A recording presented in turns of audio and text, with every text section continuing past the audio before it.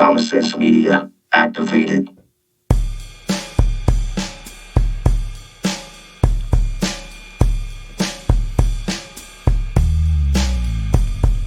Live from the 210, it's the Wave of the Few Short Show, and we are your hosts, Mr. Trey M.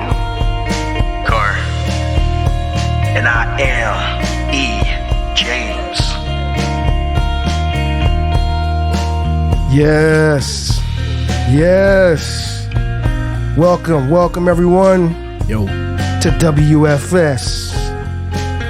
We got a great show in store for y'all. How you guys doing? We chilling, man. Doing all right. Big chilling, baby. Yeah. How about you, Carr? Doing better than those Chinese balloons. Oh, man. He's spicy. He getting started already. Man, I'm glad to hear it. Well, we have quite a few things we want to get into, so we are going to dive into it. Let's get wavy, baby. Let's get wavy. Yeah, dude. Let's ride the wave. Paddle in, boys. Paddle in. Gratitude. I think I went first last time. Y'all got anything? I got something. What you got? I want to shout out my brother. What's Carr's older brother's name? I don't know. Big Carr. Big Carr. Wait, he said he's like 10 years older than you? 13 years older. So Call him a classic car. Yeah, classic car. His plates are Car vintage. classical. Yeah. He doesn't get to change the plates. They're vintage. Yeah, dude. Vintage car. Nah, but I love my brother. He's gone through the ringer and back. And in the words of his fiance, he's a glass half full kind of guy. You got to appreciate that. You got to have people in your life like that to help you center yourself. Yeah. And he's more the quiet one. He wouldn't be good on the podcast, but he is a good pillar of knowledge for me to refer to whenever I get into a rut coming to my job or whatever. He's always got something because he's been there and done that. And I appreciate that. So thank you, Big Car. Appreciate that. You got me thinking of Dr. Dre now. I've been there. I've done that. Shout out to the big car, vintage car. What's up we should call him? Yeah, dude. Vintage. VC. Yeah, VC. I'm going to shout out some friends of mine I used to work with a couple jobs ago. Got to hang out with them, and I drank way too much yesterday hanging out with them. I usually don't drink like that. But to TWS E and K, it was great seeing y'all. You know who you are. I love you, and can't wait to do it again. I guess for this week, I give a little shout out to my sister. It's always nice to have a nurse in the family. My kid got sick. Like, she ended up with strep throat, but she had it in like the weirdest way. Like, she had a stomach ache. She got a rash. Her throat never really hurt. It was weird. I guess we were getting to that point, and she like had the rash and the fever, and I was like, what do I do? Call my sister. So I called her, and she was like, take her to the ER right now. And so we took her to the ER, and they're like, oh yeah, no, she has, like, you guys caught this early. Good. So she only missed a couple of days of school. But, just shout out, appreciate the help in that regard. It's always nice to have somebody you can rely on that. And then after that, I just switched jobs. So she did a deep dive into my insurance and found out all these benefits I didn't even know I had. And I was like, oh, okay. I thought my insurance was trash, and then it's not. So I need to talk to her about our benefits. Yeah, she was showing me all the deductibles. There's a deductible you have to pay off, but the company basically gives you a card preloaded with half of that deductible to pay. So I didn't even know that. So I went, and I'm glad I didn't pay at the ER because I didn't know that. I didn't bring my FSA card with me. But that's she was what's up. Oh no. I was like, I only put $500 on my flex spending account. She was like, no, the company preloads it with $3,000. And I'm like, nice. Oh, that's the majority of my deductible. I'm not so mad now. I'll take that. Let's all get sick. It's on this. Nah, God forbid, dude. Oh, man. Yo, so you brought up the balloons. That's what I like to call balloons. I sure did. How dare you fly over America? No. So the U.S. military shot down a balloon around South Carolina. Was the first one. And as you gentlemen informed me right before we recorded, there was a second one. I don't know how I missed that. So that one was shot down where? Over the coast of Alaska. That's crazy. Yeah, and a third undefined object, too, was shot down, too. Well, and I know there was one over South America. Yeah. You're right. So that's crazy, man. That's crazy. So I know people like to call him Abe Blinken. Anthony Blinken. Yeah. He's our Secretary of Defense, correct? I believe that's his role. Sorry, Secretary of State. Okay. Anthony Blinken. He was going to go to China, Beijing, for a meeting with them right as that first balloon came up, and he canceled it. He's like, "Nah, we're going to 86 this. The fuck is that about?" Yeah. You know what I mean? Like this is not good. And then the Chinese said, "Oh, it's just it's a weather balloon, baby. Just checking patterns." I'm like, over here? Yeah, on the other side of the world. Well, no, like what they say. The article, the official stance on what the CCP said is the balloons were taken by prevailing westerlies. Yeah. That's like the weirdest, most old timey way to say that. Yeah, the wind took them. The last time I heard westerlies and easterlies was in Californication. And then He's like, the sun may rise in the easterlies and settle in a foreign location. Yeah. Yeah. And I was like, dang, it took me back. Yo, westerlies though, yes. China just chalks it up to the westerlies, but yeah, they ended up in South America. They ended up like further almost east again. So what's the deal? And something's a little fishy about that, in my opinion. I was going to say something else, but I don't want to be.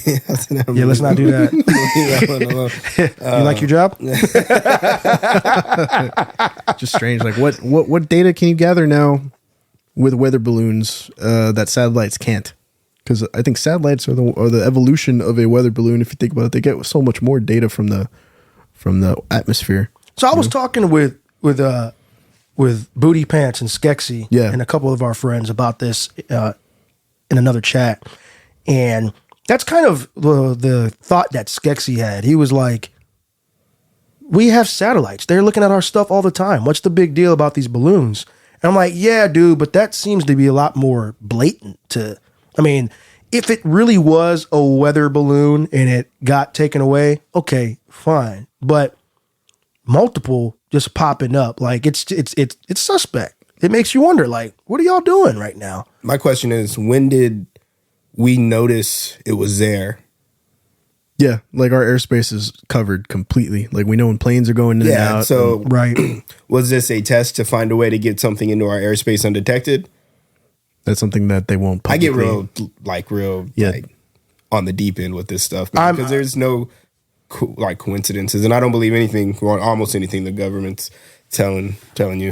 They only want to tell you so much. Yeah, they're not going to tell you the whole story behind it. They don't want to cause a panic. I can get into some crazy conspiracy theories with you, brother. Man, but to me, I'm like, okay, so what is this?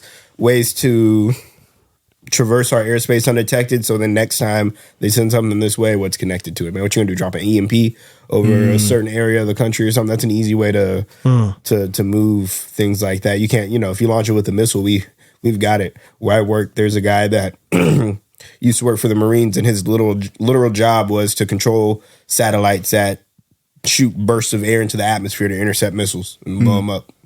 Dang. Yeah. So thank him for his service. Oh yeah, I did. And our freedom. But okay, so you can't do it with missiles. You can't go planes. Well, what if we just accidentally lost a balloon and let it just float over the entire country? The entire country. Yeah, that's not like no Curb for Enthusiasm moment. This is planned. This was like a bump, bump, bump. No, it wasn't. Nah, not at all. Good reference. Tracked the entire continental United States. Freaked out a bunch of people. They all got their 50 calibers out thinking they could hit it. I'm gonna get this thing. Yeah, and that was the thing. I forgot which was it. Lauren Boebert out of Colorado. I think it might have been her, or was it Taylor Green? Somebody said they shoot it down. I'm like, don't say that, please. Let's go back down. And I didn't hear it myself. They might have been kind of being a smart ass. Yeah. But I'm like, don't encourage a bunch of idiots to go firing bullets at the sky. Guys, they have to come down. Yeah, it's the same gravitational force, if not more. Don't do that. Right. I'm like, don't do that. I was like, come on, don't say that, because people will do it. I got my 30-06 and I was trying to fire at that thing, and I ended up shooting up my car. Yeah, just shooting 90 degrees up.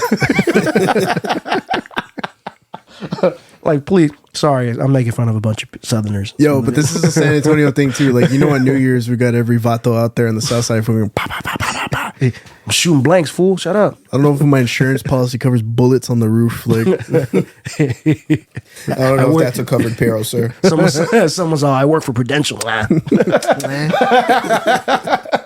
hey, we got it covered. Hey, we just alienated like the rest of the world. They have no idea what just happened. Nah, but some Southside girl with hot Cheetos was like, babe, I told you stop talking like that. Okay. Oh shoot. Oh my god. Either way, it's fishy. Yeah, that's hella fishy, bro. Like, What's even more fishy is then there's a second one coming. Yeah. Which like, they don't know. Nobody's taking claim for the second one. The second one, I guess, was a lot higher. what if it was like a parody or like somebody trying to parody China or something? Yeah, right. Like, yeah, it's just something like that. Just like Russia said, "Oh, that's how you got over there. Let's try this." so I had a couple of thoughts. The first thought when they were talking about it's a weather thing. yeah, Now you were talking about EMP. And my brain never went there. I'm surprised I didn't. That was a good thought. That was a good ass thought. You guys are gonna laugh. Like, what if this is just some really ghetto project of China trying to like swipe all the Wi-Fi networks across the globe? that would be a very incognito Get way in to where do TikTok that. can't. You know what I mean? Well, shit. I mean, yeah. I mean, TikTok. I mean, it's a different company, quote unquote. But no, it's the other version of Douyin. If you're not familiar with Douyin is TikTok in China only. Yeah, and it's actually like it's actually informational and it helps people over there and it gets people to like do better with themselves. But And ByteDance spun off from their Chinese company. ByteDance has a U.S. headquarters, etc. But yeah. so knowing what we know about how vulnerable 2G Wi-Fi is, it would not be out of the question that these balloons are doing some war driving. That's kind of what war floating. Yeah, war floating. Yeah, it's another way to do that. Like this thing could be strapped with just massive antennas that are sweeping all across and data mining all this easily exploitable information. Exactly. That's kind of what I was thinking. Was like, man, what if they're just casually? They got a long range thing it can pick up, like, because it's high enough, but it's also low enough. Because I mean, you can see it, right? Yeah. So it's low enough to where you can see it, and there's just going shloop, gather, triangulating position. Okay, this Wi-Fi networks, I picked these up in this area, reporting in real time, maybe back to home base. Yeah. And then going, okay, this belongs to this person, that person, you know what I mean? And just, I don't know, start hacking some routers.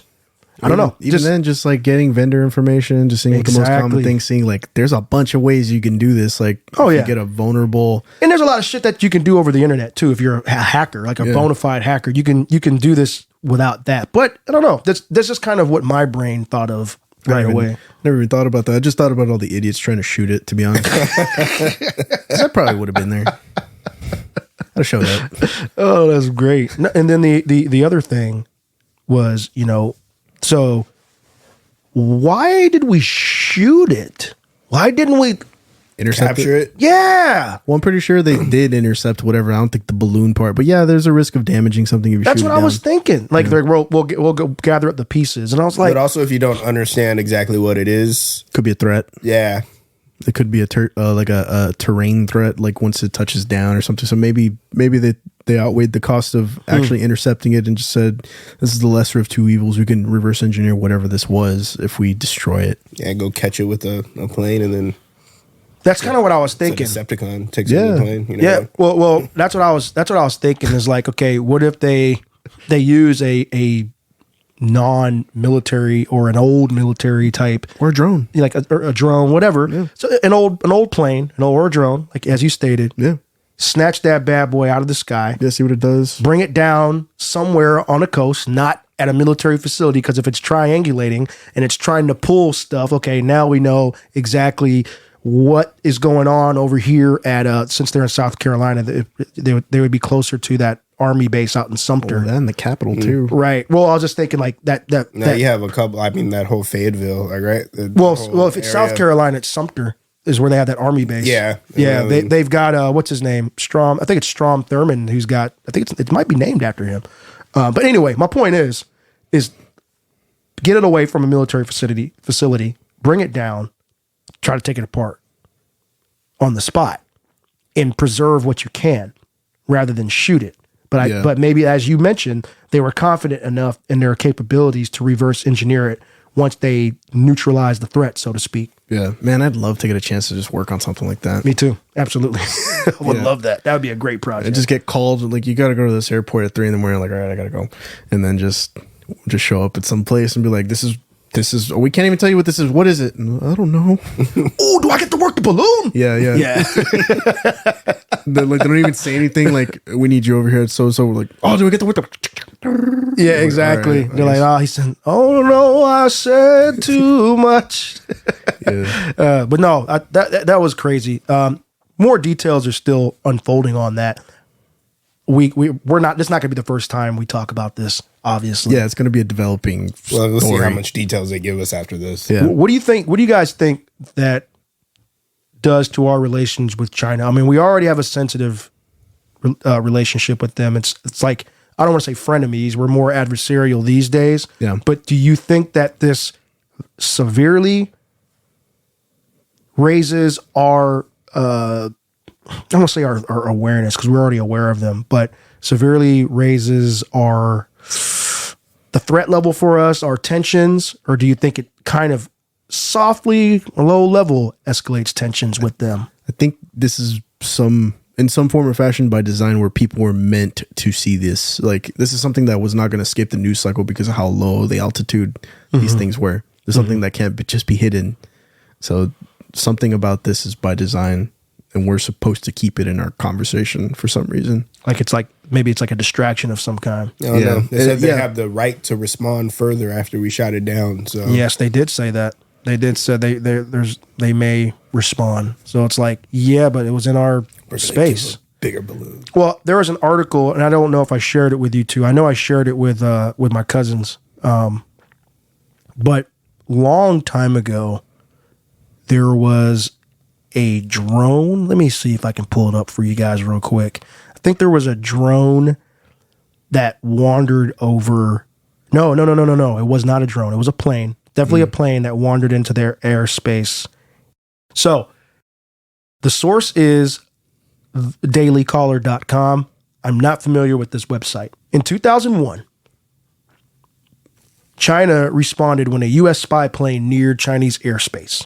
The American aircraft intercepted a message from China's Lingshi Air Base indicating 2 Chinese F-8 fighter jets were nearby.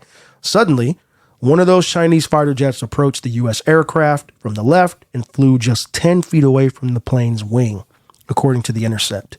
Okay, so maybe this is the real thing. The Chinese pilot, Wang Wei, allegedly saluted the American aircrew before falling back 100 feet. The outlet reported Wei, I think it's Wei, again got dangerously close to the aircraft before mouthing something to the American crew before falling back, according to the report. On a third attempt by Wei to communicate with the Americans, his plane got caught in one of the EP-3E propellers and caused his F-8 to split in half. Damn. That's dangerously close. Bro, Yeah. I'm saying. So this is, again, according to The Intercept. The jet fell into the sea. American pilot, Navy Lieutenant Shane Osborne managed to stabilize the U.S. aircraft. Due to the damage, however, Osborne was forced to land in Chinese territory, prompting all the crew on board to try to destroy as much data as possible, the outlet noted. The plane was met with Chinese soldiers who held guns and shouted orders before the Americans were taken to military barracks in Lingshui. Barracks. Did I say it like that? That's how you want it. Barracks. Barracks. U.S. diplomats were prohibited from meeting with the crew until 3 days after the collision. That's a hell of a detainment. I'm saying. It says Chinese authorities detained all 24 on board and held them for 11 days, during which they underwent intense interrogations. They were eventually brought back to the U.S. after diplomatic tensions following intense interrogations. So there you go. So this has happened before in a different kind of way. Yeah. So this is actually this was according. Oh wow, This information came from Snowden documents. Wow, that's a name I haven't heard in a minute. So it was buried in the early 2000s. Yeah, they're like, yeah, we don't need to talk about this. And I have a document here from sgp.fast.org, the CRS report for Congress, Chinese U.S. aircraft collision incident of April 2001, assignments and policy implications. I'm going to put this in the show notes if anybody wants to read it. So that's crazy. So this just goes to show, though, they've done similar things. Now, it was a spy plane. Yeah, different case, but Different case, but I say similar only in a sense is that they had a flying object in their space and they took it down. yeah. They were going to escort us away, probably, but it is what it is. It didn't happen like that. But No, it didn't. Got too close. Got too close, flew too close to the sun, Kid Icarus. just doesn't seem like good flight protocol to just like be like on the window, you know what I mean? Well, they said he saluted him, so it's I see you. Yeah, but even then he's just like, Right. Yeah, exactly. If you can't see Carr's like, look like he's cursing at somebody through a window right now. yeah, just what I do on the south side. So basically. But like, zoom in on this finger, buddy. Yeah. Speaking of zoom, Ooh, layoffs. 15%. Yeah, more tech layoffs, man. 1,300 employees, or about 15% of its workspace. That's a big number. That's a lot of people. But we got to also see how big they grew during the pandemic because Zoom was the reason we call it generation. It was the resource during that time. Yeah, Zoom School, Zoomers. Like we named a whole generation of people after it. Yeah, I know. That's crazy how that happened. It's like, it's funny because anybody else that was using like Teams, it's like, oh, I'm sorry. Skype, what the hell? Like, you guys cheaping out? It's like, it comes with Office. What are you talking about? Teams is fine. Not really. It's okay. We tried it. So a little inside for y'all. When we first started Chasm, we tried Teams, and there was a very quick no. Yeah. Everybody was like, this is terrible. So now we're on Discord. But yeah. So it said the CEO, Eric Yuan, wrote in a blog post as the world continues to adjust to life after the pandemic, the company needs to adapt to the uncertainty of the global economy. To me, that says, as y'all both stated, we're not making as much money as we used to because people are back in the office, and this is no longer profitable for us to have this many people here. Yeah, and so, it just seems like a natural. Sucks. Yeah, it seems like a natural course. Natural course of fluctuations. Yeah, we don't talk about the oil field when they got to cut. Like when oil's running low or whatever. So this is crazy. He said that he also plans to reduce his own salary for the coming fiscal year by 98%. You got to think about how much this dude's making. But I know, but still 98. Okay, you make a 100 million. Making 2 million. Oh, I mean, man, you're still making. Yeah, I guess that's still a lot of money. So, but I mean, even of $1 million, Yeah, I like it when a CEO does take charge like that and reduces their salary. I think that is an act of goodwill. That's honorable. He's also foregoing his 2023 corporate bonus. Good. Yeah. I think that's awesome. I think a lot more people should follow through with that. Like I know Nintendo did that for a while too. Like whenever like they had slow sales for the GameCube or whatever, like president took the pay cut for them so they could keep everybody employed. And this one seems like it's still at a cost of employees and stuff, but you can only do so much when your growth was exponential during a time when everybody was stuck at home. Yeah.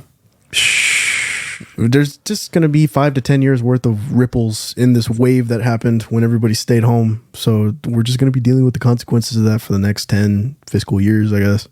It's not going to be just them. Like there's a lot of people are laying people off right now. Yeah. Well, everybody's anticipating the worst, man. They say that we're going to be having some tough times coming up, and we've covered this 3 times over. Yeah. We nearly covered it for a 4th time. We're pulling out. Finally. But we're pulling out of that conversation until anything significant comes up. Yeah, but the quiet firing, quiet quitting, the great resignation, the quiet hiring is now the new thing. We're not going to talk about that. Yeah, we're quiet quitting this conversation. We're not so quietly quitting that conversation. But all that to say is that the job market's changed so much. Yeah. over these last couple of years that people, I think, are starting to settle in and go, okay, we have who we have. We can't hire anymore, or we can't keep these people on. Sorry, we don't know what's coming up next. And everybody's saying doom and gloom. So we got to batten down the hatches, so to speak. I mean, it's everybody. You got Dell, who cut 6,600 jobs. Yeah. Google, 12,000 jobs. Microsoft, 10,000 jobs. Amazon. Salesforce, 7,000 jobs. Like, Amazon was, what was it, like 15,000 people getting laid off from Amazon?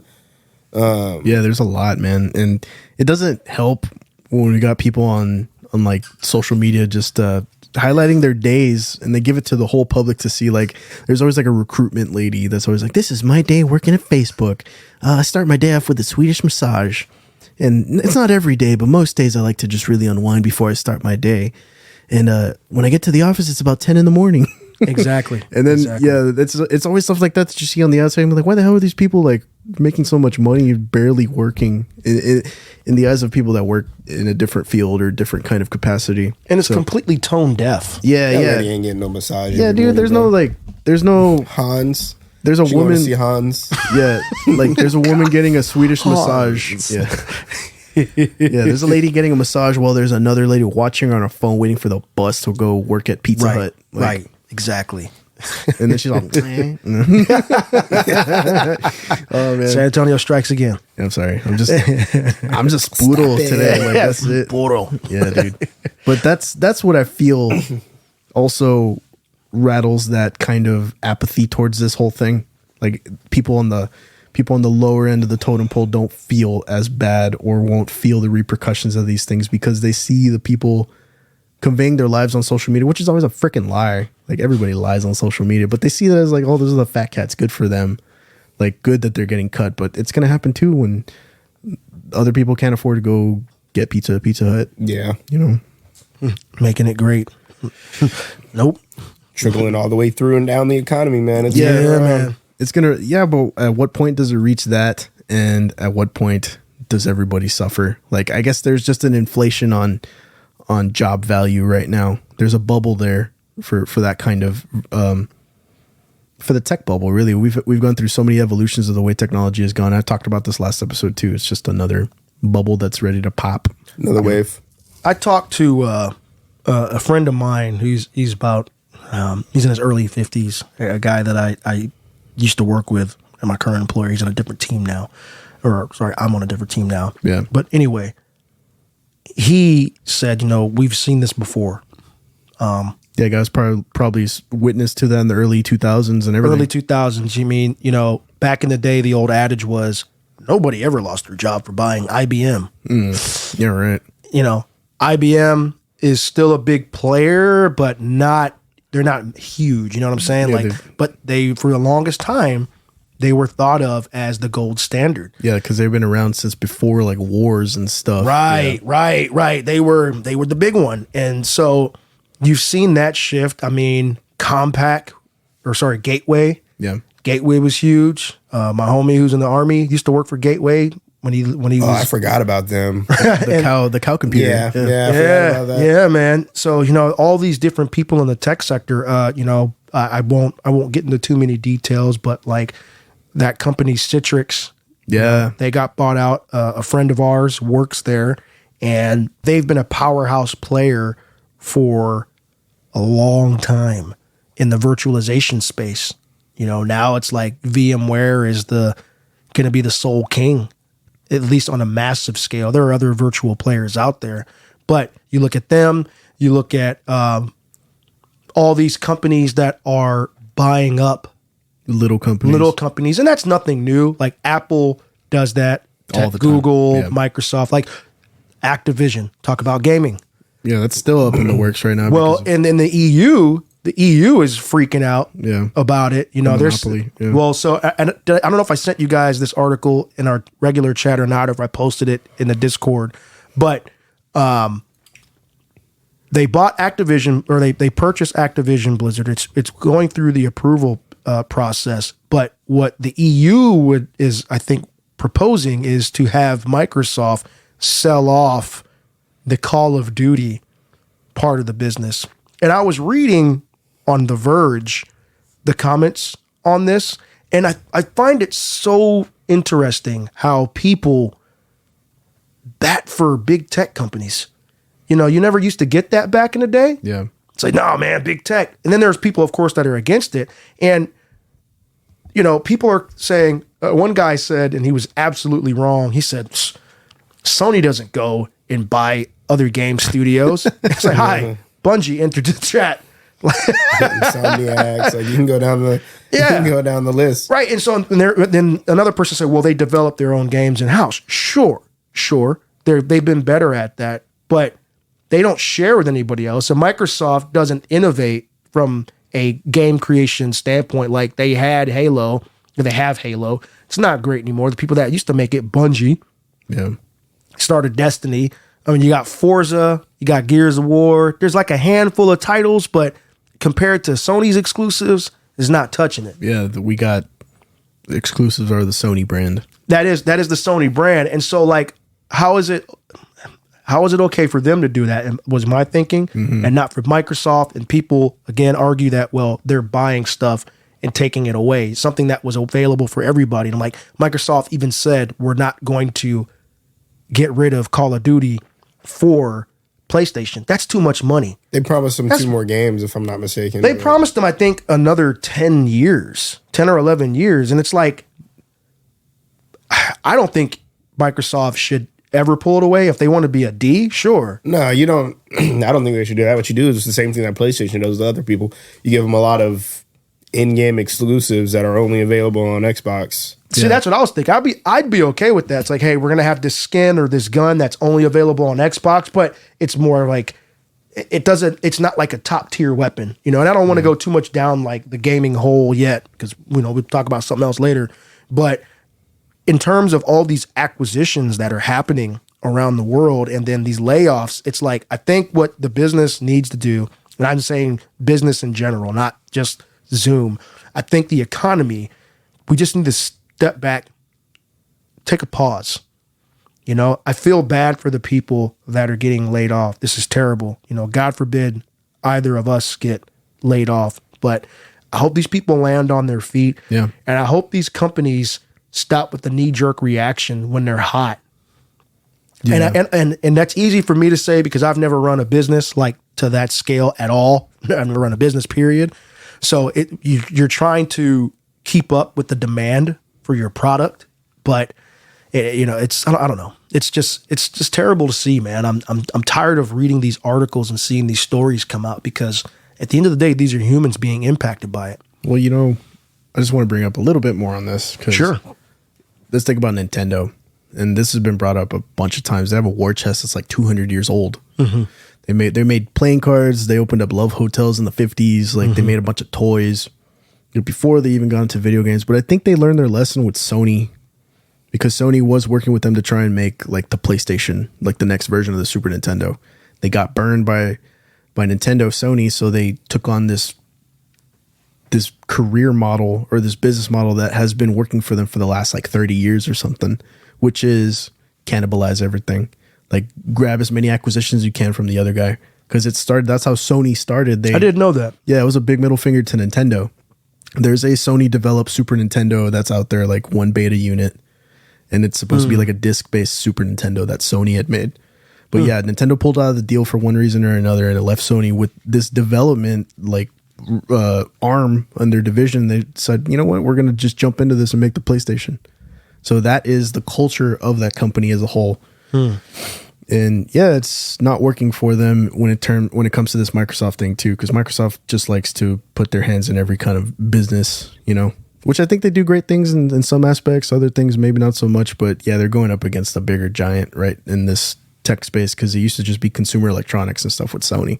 Yeah, and it's crazy, man, because I saw some arguments where, Microsoft, it's not that big of a deal because Microsoft, this isn't their only bread and butter. I'm like, well, neither for Sony. Sony does movies.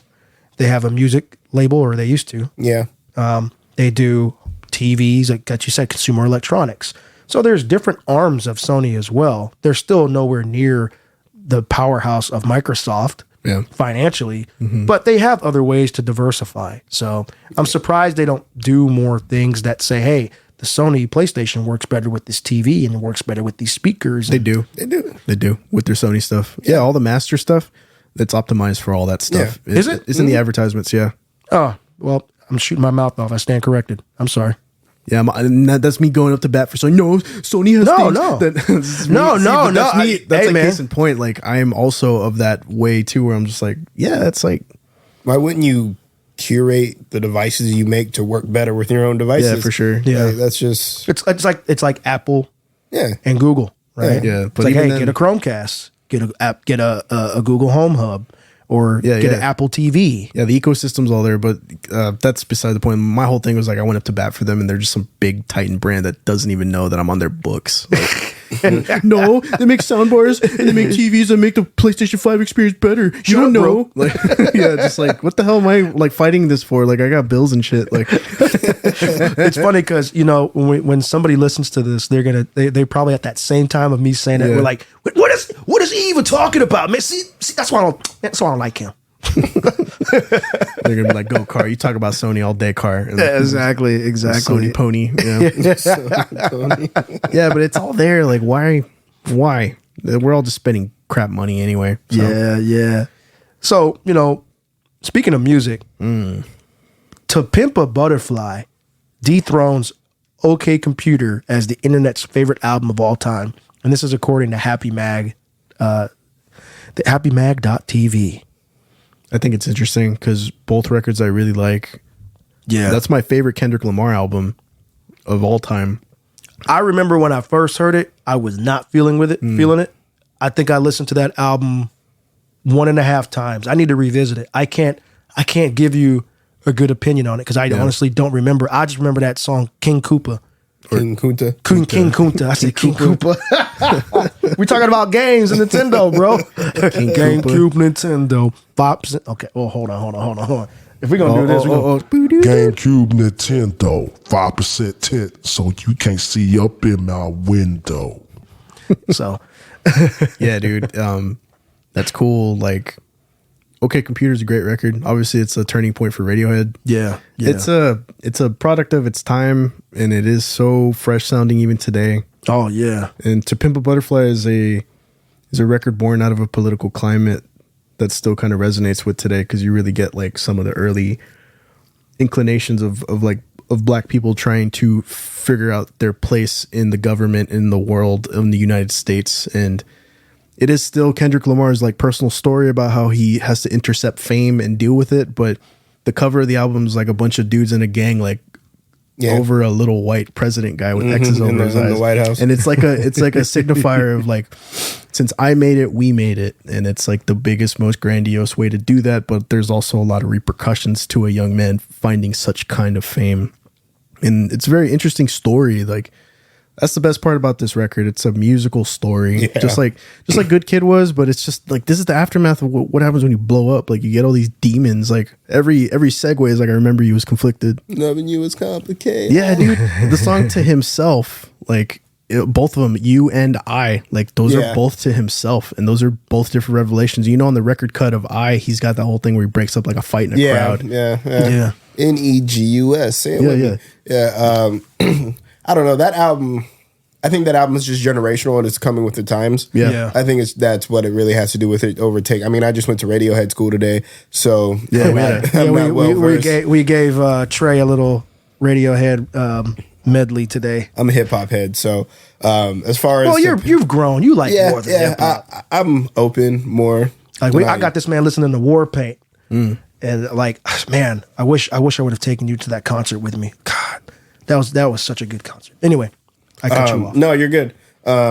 Just To Pimp a Butterfly, like in my opinion, albums that can come out really in the last 20 years. Yeah, it's a once in a generation thing. It's a once in a generation album that you're getting to, man. The way Kendrick layered the story. I mean, Grammys. What other prize did he win? He won so many awards for that album. Yeah, I thought Damn was the bigger album for him.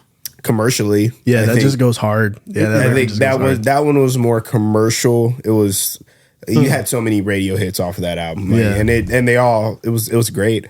But that album just specifically, I just think I think you put it kind of right. Is it's his come to fame. It's his story to himself all the way through, but it's also so politically charged. Yeah. There's so many factors that layer into it. I just think as a generation, if I had to pick an album to like put into a number one category of all time, like I can't be mad at that pick. Yeah. So the list came from rateyourmusic.com. So I guess Happy Mag's just making reference to it. I'm going to read you guys these top 10. Okay? Okay. To Pimp a Butterfly, number 1. Number 2, OK Computer. Number 3, Pink Floyd, Wish You Were Here. Oh, wow. Surprised it's not Dark Side of the Moon. King Crimson. Really? Number 4, In the Court of King Crimson. I've never listened to King Crimson. I know Robert Fripp, but I've never listened to King Crimson. Number 5, my personal favorite Radiohead album, Kid A. That I love that album. Number 6, this is going to make me extremely happy because you guys look around my room and you see this person's mask. Mad Villain. Oh, nice. Mad Villainy. Yeah. You guys also know, well, you more than Trey, is one of my biggest influences on guitar. My Bloody Valentine, Loveless. Okay. So that shoegaze, yeah, Kevin Shields, he's the one that invented what's called glide guitar. Number 8, Radiohead in Rainbows. Man, they got 3 spots. They got 3 spots. I mean, but these are 3 dope albums. I'm surprised the Benz isn't on here somewhere. That's probably like in the top 15. Yeah. Okay. Number 9, Dark Side of the Moon, Pink Floyd.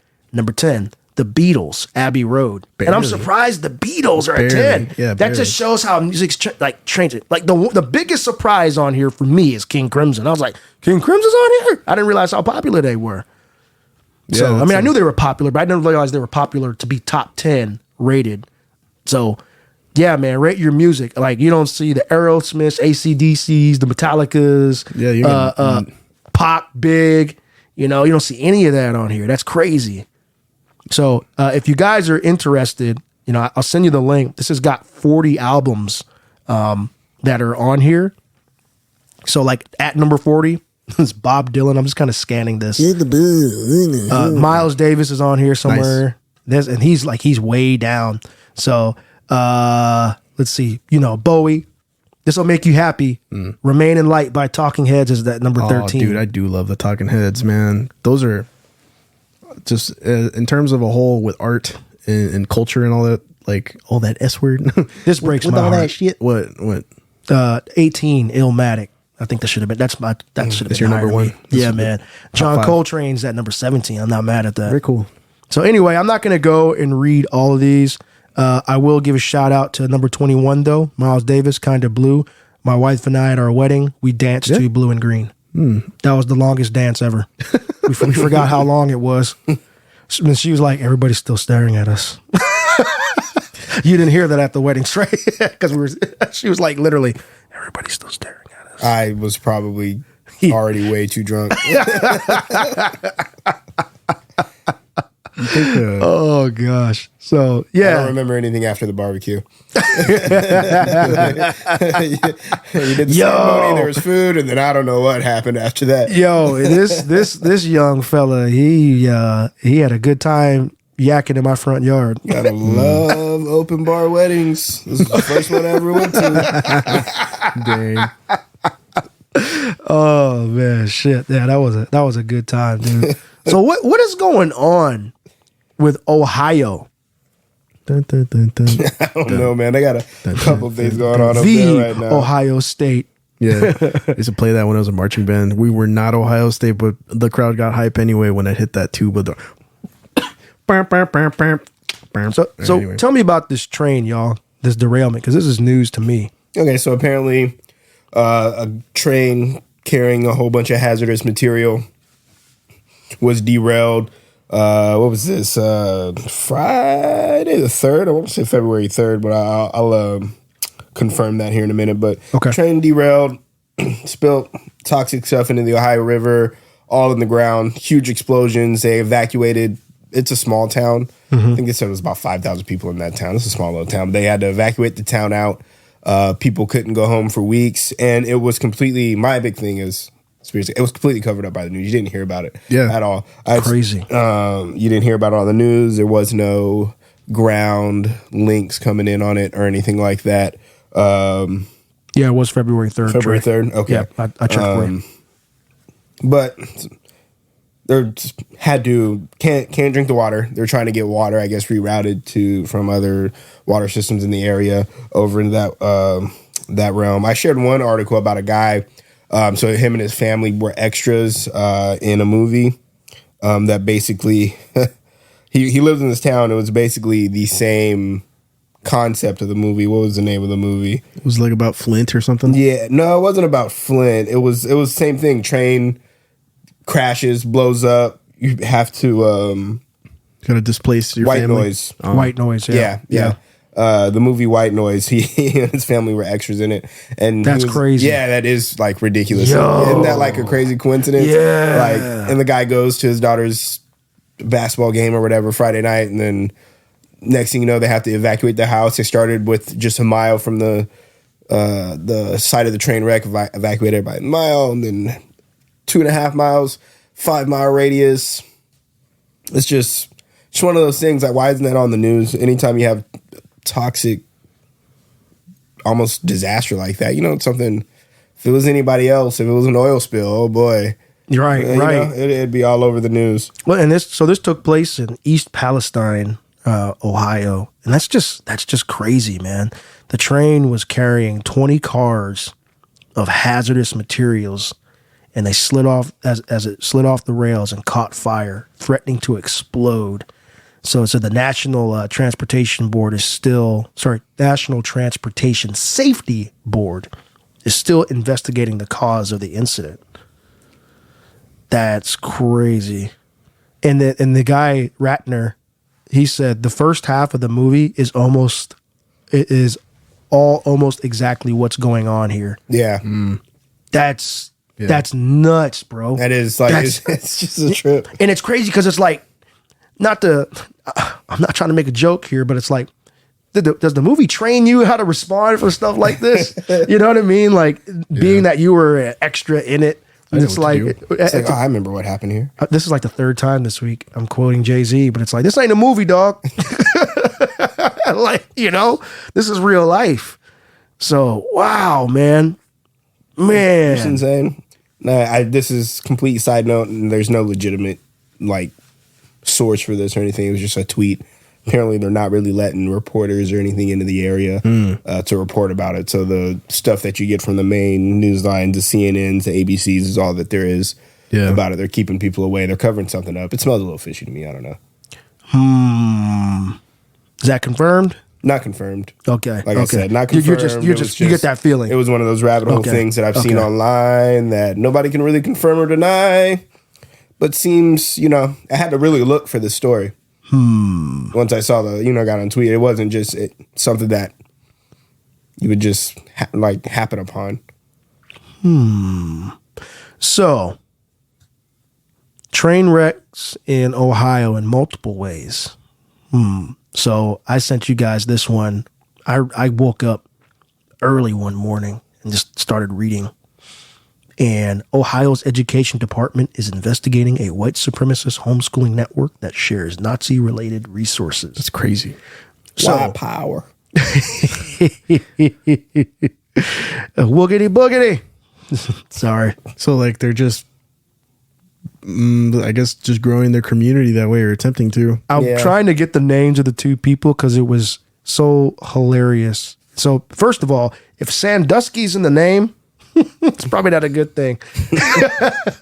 Sorry, it was Notre Dame? Or was it Penn State? It's Penn State. Penn State, yeah. So, this is in Upper Sandusky out there in Ohio where this is taking place. Oh, gosh, I am really struggling to find these people's name. Y'all can help me out here. I'll be able to tell more about this story because the person who's running it actually has been outed. Oh, Mr. and Mrs. Saxon. Ooh. Anglo-Saxon. What a coincidence. Yeah. So here's the crazy thing. This person's family has a company, and they're a well-respected family out there. I think they're in insurance. Damn. Like a local insurance or something, or what do you call it? Not insurance, but Like a financial advisor? Yes, like I can't remember exactly what the company is. I had read a follow-up article, but anyway, they had a family-owned business, and the family members were shocked and kicked this dude out of there. They're like, look, we do not stand with this guy at all. This is not what we're about. I mean, they're also trying to make money, so even if they did, they're not going to tell you. Yeah, they're not going to tell you. I mean, and I'm not trying to be, not trying to be a pessimist. Yeah, exactly. Or not. I was going to say elitist, but that wasn't the word. It's not pessimist either. But I'm not trying to be a jerk about it. I just, if they truly do feel that way, kudos to them for saying, this shit's got to stop. We can't have you around here anymore because this isn't cool. We didn't raise you like this, whatever. But anyway, one of the quotes I saw here was, "We have fought hard for our right to homeschool the children. With homeschooling the children, our children are left defenseless to schools and the gay Afro-Zionist scum that run them." Like, man, you just rattling off three things right there. That's a lot of descriptors. You gay Afro-Zionist. I just don't understand how this goes on one side of the country, and then the other side of the country, they'll literally try to take all the stuff that they're trying to keep their kids from learning out of the right. Like, this is all CRT. Yeah, it's crazy. So this homeschooling group has more than 3,000 subscribers. Holy shit! That's a lot of kids, bro. That's a lot of families when you think about that. That's a lot of mush minds, right? Yeah. And so they share their content and lesson plans through a social media messaging platform. They share primarily resources for curriculum recommendations for elementary age children. The group's very first message reads, and then I already read that to you. I read that from the article. So here's the thing, Skip. They're saying that the school board is saying they can't do anything about it because it's not a school they regulate. It's a private network. Yeah. So they can't step in and say, we're going to take away your credentials or whatever, because what credentials are there to take away? Yeah, they're not affiliated. Right. So that sucks. Right. That's a nice gray area for a bad thing like that to live in. Exactly. So it says that the number. So this by the way has been going on, I think, since like October of 2021. So now we're well over a year into this stuff. Can you imagine how many minds are already shaped to believe this rhetoric or whatever it is? Yeah, man. Yeah. So under Ohio law, parents are only required to provide annual written notification, right, and assurances. Yeah, he's in school, right? So according to the school district paperwork, to include 900 hours of instruction across subjects like language, geography, history, math, science, health, and more. So you can call that an elective, basically. I think all public school gives you is like a bad haircut and the ability to floss dance. That's it. Oh, that's it. Why are they afraid of that? Just a little and then stupid asymmetrical haircut, like, you know what I mean, like the Skrillex or whatever. But it's funny because I was messing around with my kids last night. I was doing the floss wrong, like super wrong on purpose, and they were so done with me. My daughters were like, "Stop." That Michael Jordan gift, stop. Get some help. I mean, like the gambling PSA. Yeah, bro. When I tell you that they were through, they were not having. I stood in front of the TV while they were playing Arkham Asylum, just crappily flossing. Yeah, man, and they were just like, "Son, you got to quit, son. You got that's just not for you, man." Right? Dad, this isn't busting. Stop. No cap. No cap, bro. Remove. Okay. Old man moment. All right, here we go. We were talking about the no cap thing, didn't we? I don't think we did. But if we did, I don't give a shit because it's coming back around. That's that old man moment. Yeah. Right? I do. Hey, man, one of my favorite podcast dudes says, I'm going to, I know I told y'all this story before, but I like it, so I'm going to tell you again. All right? That rapper Blueface, okay, he came out with a song called Stop Capping. Yeah. I'm at my man Lex's house. It's on TV. And we're drinking and having a good time, and we're watching the videos. And I'm like, why is he talking about stop capping, but he's talking about murdering people in this song. That was my nerdy brain, not my hip hop brain, because I was so confused. Because I'm like, this is contradictory. Like, is this supposed to be contradictory on purpose? He didn't say shit to me. Maybe he didn't know because he's older than me. He didn't say shit to me at the time.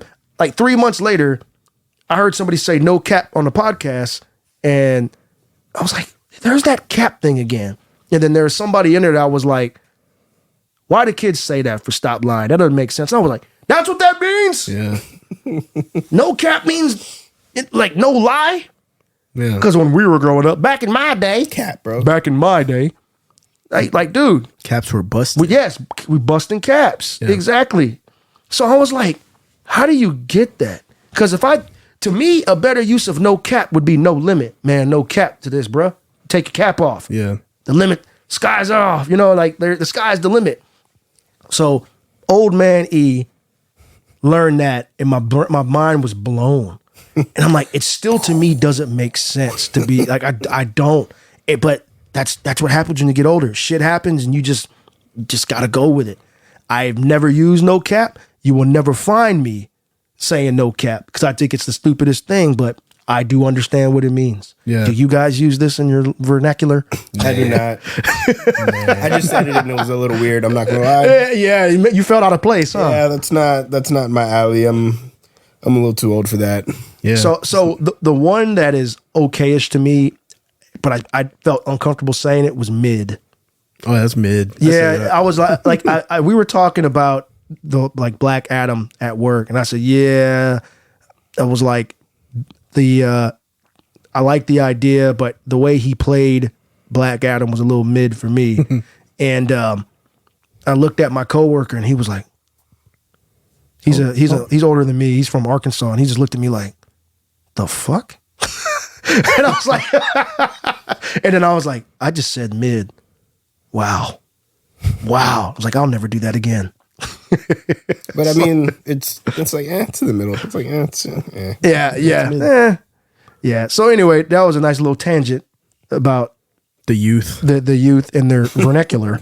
Yeah, so this all circles back to, I guess, futurism is what a lot of generations in the past are trying to fight against. Because, yeah, if you are totally displaced from what the new cultures like do and say, you don't understand any of the reasons why they care about the things that they do. And this is like the worst example of trying to reinforce old values. This Nazi shit? Yeah. I can't even believe it. Good way to bring that back together. I can't believe they're even considered values based on like today's world and stuff. But yeah, there's obviously a group of older people that believe the new generation for some damn reason could benefit from this. Yeah, I mean, and it's crazy because, homeschooling I'm fine with.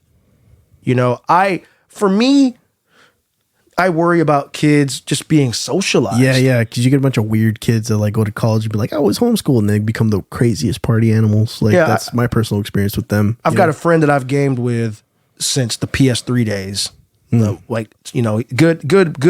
I talk to him every day on text. Great guy. Met him through a mutual friend that I know IRL. I've actually never met this brother in life.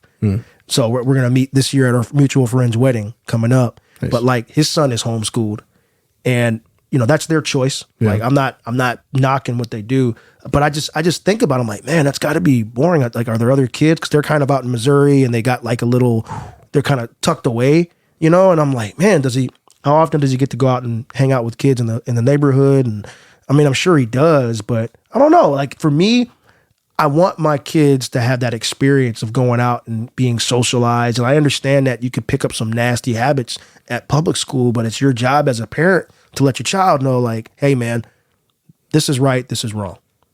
You know? And if the schools are doing stuff that you don't agree with, talk to the schools.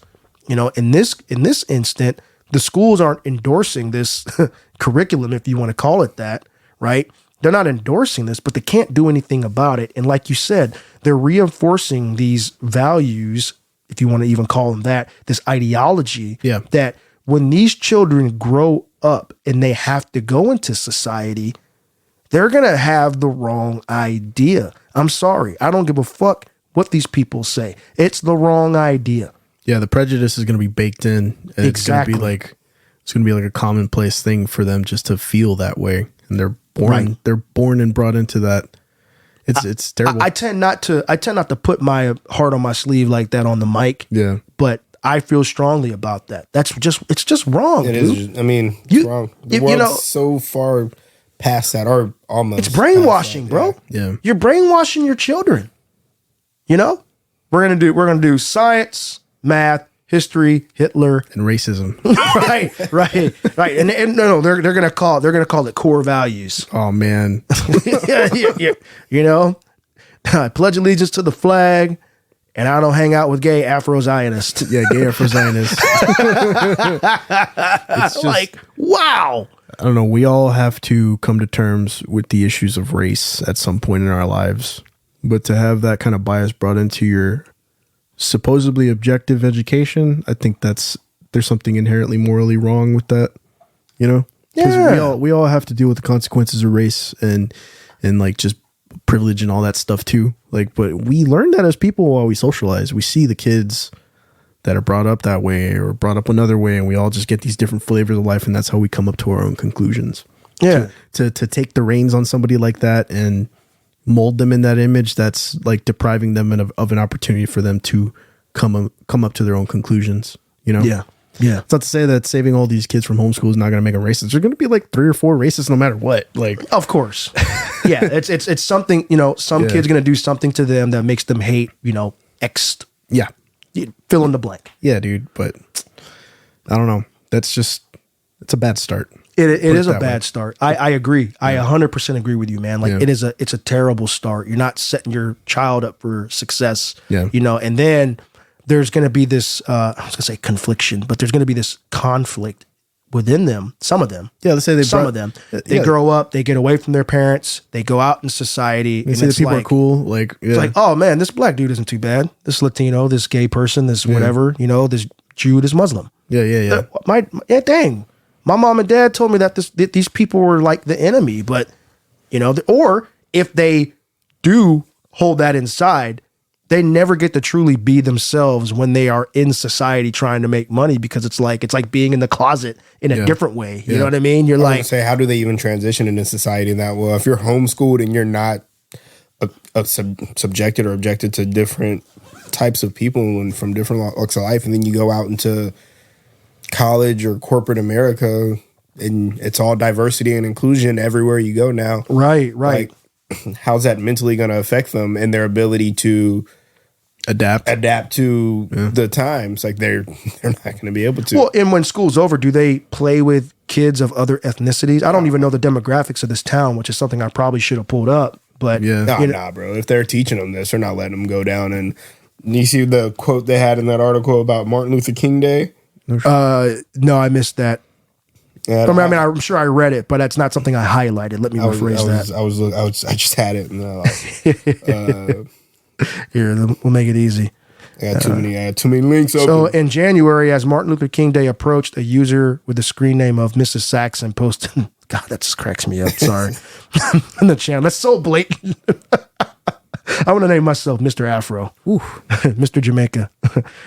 Posted in the channel, it is up to us to ensure our children know him for the deceitful, dishonest riot and silent Negro he actually was. What the fuck? Wow. Yeah. Wow. So you think they're letting them go play with little black Timmy down the street? That's not Good for nothing, man. tricksters. They think they're the best dancers. What the hell? Like Clayton Bigsby, goddamn. Like, dude, that's wild, man. That's really charged up. And like little kids don't do anything other than absorb, in my opinion. No, you're absolutely right. Yeah. All your nuances, all your habits. Yeah. That's all they do is take all that stuff in, man. Literally, And yeah. Whether it's subconsciously in their memories they're going to have, or it's just going to be a habit that they do, you know, growing little things. Like I sleep with my leg up. Like, and now my big kid sleeps with like her leg, like little things from that to the way you handle people, handle conflict. It's the basis of their entire life. That's it's their being core. corrupted. Yeah. That's crazy. In this way. Wow, bro. Yeah, man. And then they're never going to be able to form their own opinions. Yeah. Or they're going to, or like you said, they're going to conflict within themselves about what they actually feel and what they were taught. So that's terrible, man. It's terrible. Absolutely terrible. Terrible. Terrible. Man, I'm trying to tell you, Shaquille O'Neal, Kobe Bryant, man, look, it's terrible. I try to, Shaq, look, KD going to Phoenix. Look, they trying to build these super teams, okay? I thought we was past this era, but they came back. Sorry. Listen, I never played basketball a long time. I mean, I never had agreement with no Kobe Bryant before, but we got rings. You gotta make sure that you're just looking down on the microphone. You're talking like this, and that's how it is, Shaq. Yeah, this is how it is. Kobe, he's like a brother to me. Yeah, I love him, man. We had we had a little bit of difference. But, we made a lot of money. I wish I could see Trey's face. He's so over this right now. Sorry about my bad Shaq impression. So on the topic of basketball, real quick. Look, I know you're not into basketball like that, but I gotta ask you. I know you know who CP3 is. Yeah. Okay. And you know who KD is. Him being in Phoenix. With the point guard. Yeah. I call him CP 1.5 because he's half the player he used to be, in my opinion. Damn. Oh, damn. Bars. He's still better than me. But, I mean, that's not saying much, right? But, look, I'm not, as disrespectful as that was to CP3, I do give him props because, he's been great for a long time. It happens. Age catches up with you. Yeah. He's going there with CP3, this guy, DeAndre Ayton, who I think has all the tools to be great and can't get out of his own way. Really? And this dude, Devin Booker, shoots the lights out. Kyrie Irving went to the Mavericks. Yeah. As you know. Like, what do you think that does for the landscape of basketball now? Dude, we're not even at the All-Star break. It's right around the corner. The Super Bowl is this weekend. Like, what do you think that does for the second half of the season for basketball? Well, historically, New York teams don't really do anything. So right. Good for Brooklyn, I guess. Yeah. And Brooklyn and the Knicks have made solid moves over the last year. Yeah, but they never get it. They never get it. Like, that's the thing. I don't know what's up with basketball in New York, but maybe, I guess, thanks for all the picks that they got is what they're saying. Like, y'all were telling me it was like 7 picks. Yeah, they got 2 dudes and 7 picks or something like that. That was just for KD, I think. Well, they got 5 picks for KD and 2 for Kyrie, I think. And if you want to talk about that logic, our Spurs, dude, they traded 2 players and turned them into 12. They got 12 picks out of 2 players. Bro. Yeah, that was insane. They played the game.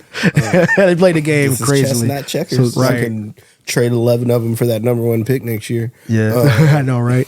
But yeah, so not to go too far into the sports talk, I just wanted a casual fan or sometimes watcher of the game thought on that.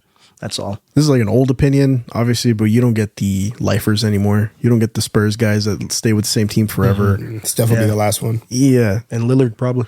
Oh, yeah. Dame time. Yeah. Those would be. Yeah, like that's an old bygone era. So I don't know. I know Kyrie's always like in trouble through the culture wars and everything because he watches crap on Amazon or whatever and shouts it out. And he's expensive.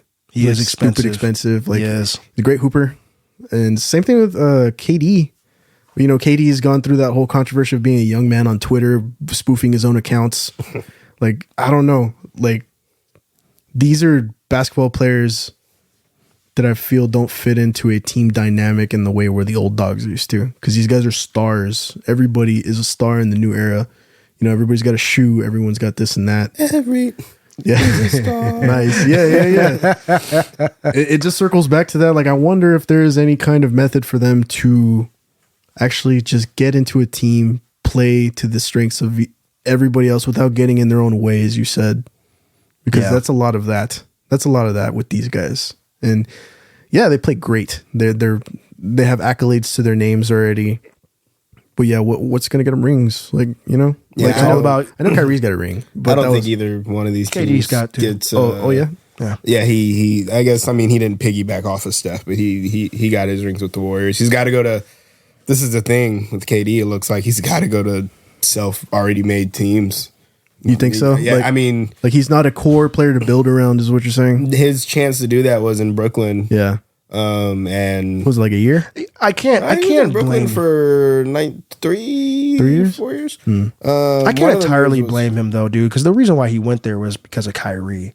And then Kyrie, that whole situation got sour. Leaders lead. Yeah. That's what it. I mean, you can't. Kyrie is a difficult person to navigate. Yeah, personality to navigate. I wouldn't want to go to a basketball game where they're all booing at him and him just egging people on. That's not a fun game, dude. He just shrugged it off. Everybody will look at that Nets team. KD should have been the top dog. It should have been his team. So they're like MJ, Kobe, even LeBron. They're not putting up. Like they're gonna. Nah, bro. This is what you got to do. If we're gonna be here, we're gonna be here to win. Whatever personal things you have, whatever's going on, we can talk about that after we hoist the championship. But I don't think either one of those moves results in championship. Phoenix is the closest one. I don't think Dallas is. I mean, they've won a couple of games without Luka, but yeah, I don't think that's going to be anything really. I agree. I don't think it's going to. At least not right away. I don't think it's going to turn into a championship for Phoenix. They do have that. Does CP have left? Right, and it depends on what they do now. So we'll drop the sports because I know there's people going, oh God, they're talking about sports. Ah! I know a lot for a guy who doesn't know a lot about sports. Right. But these are things we pay attention to. Yeah. So real quick, now you got another thing coming up where people are able to release or waive. What is it called? Like buyout. Buyout. Thank you. You have this whole period now market where you can buy out folks. So. Or they go free after that, right? The free agency. Yes, his former teammate, Yeah. Russell Westbrook, is they're saying that he's probably going to get bought out by Phoenix, although he is open to staying. Sorry, not Phoenix, Utah. He's open to staying. So it'd be crazy if he went down to Phoenix. I doubt that's going to happen. No, I think if he goes anywhere, it's the Clippers. Paul George is already. Yeah, the projection is that he'll go to the Clippers. I think OKC had a little bit of magic when they were all together. I just don't know what it was, but when KD and the other guys were all together. So dude, it's crazy. I think that this is going to be a 30 for 30 on ESPN. Oh, like the fall of the Thunder? You could do that. They could lump it together, but I don't think it's going to be called the failed experiment. Mark my words. Yeah, it's something because like that. KD, Kyrie, and James Harden. Mm-hmm. When those three got together in Brooklyn, everybody was like, we'll just hand them multiple titles.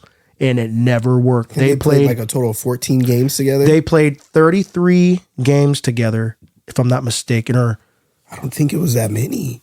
You know what? It might have been 16. It was 16 games together, all three, and they were 13-3. That's what it was. They were 13-3. Thank you for making. Yeah, I was I don't think it was that many. Yeah, they played like 16 games, I think, in total together, and they won 13 out of the 16. You know what I think it is? New York's probably too damn fun. Like they just party hard. I think it was a toxic culture from the top down. Yeah. From the top down. But anyway, man, let's close this thing out, fellas. You got anything else? No, man, I think that was a good little wave. Good little wave. We rode many waves. Thank y'all so much for your listening, your support, your feedback. I've been getting some feedback from some people lately, so it's been great to actually get feedback because we hadn't had any in a while. Yeah. And thank you two fellas for the great conversations as always. I appreciate you. It's always a great time, man. Yeah, man. Thank you. Yeah. Thank y'all. So 2023 is off to a great start for Chasm. We're bringing the heat in many ways. We got much more heat coming for y'all. And stay tuned in your feed because free HBO week will continue with our review of The Last of Us episodes 3 and 4. So without further ado, we're going to say 2 words to y'all. And those actually 1 word. Peace. Out.